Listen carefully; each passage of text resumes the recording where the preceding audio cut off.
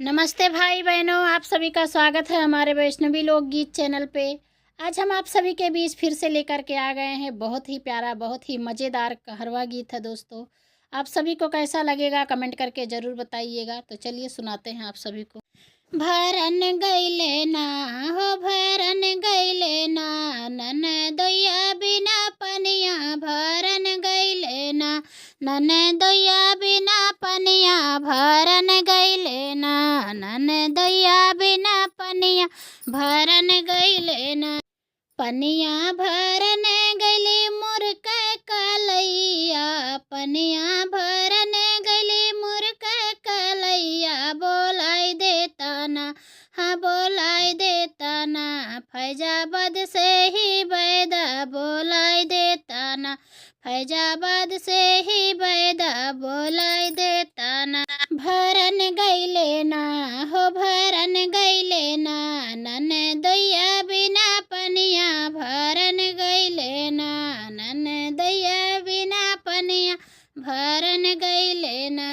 फैजाबाद से आई गइल बजजवा छोकड़वा, फैजाबाद से आई गए बजजवा छोकड़वा, कहाँ होता ना हो कहाँ होता ना, रानी तोहरे दरदिया कहाँ होता ना।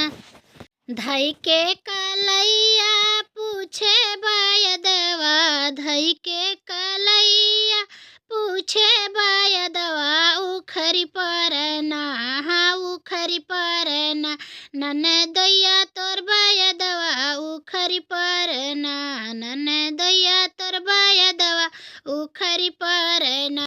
भरन गईली ना हो भरन गईली ना, पियावा बिना पनिया भरन गईली ना, पियावा बिना पनिया भरन गईली ना।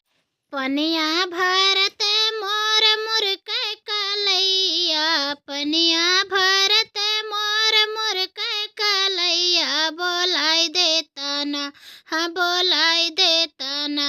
फैजाबाद से बायदवा बोलाई देता ना, फैजाबाद से बायदवा बोलाई देता ना। भरन गईले ना हाँ भरन गईले ना, पियावा बिना पनिया भरन गईले ना, पियावा बिना पनिया भरन गईले ना।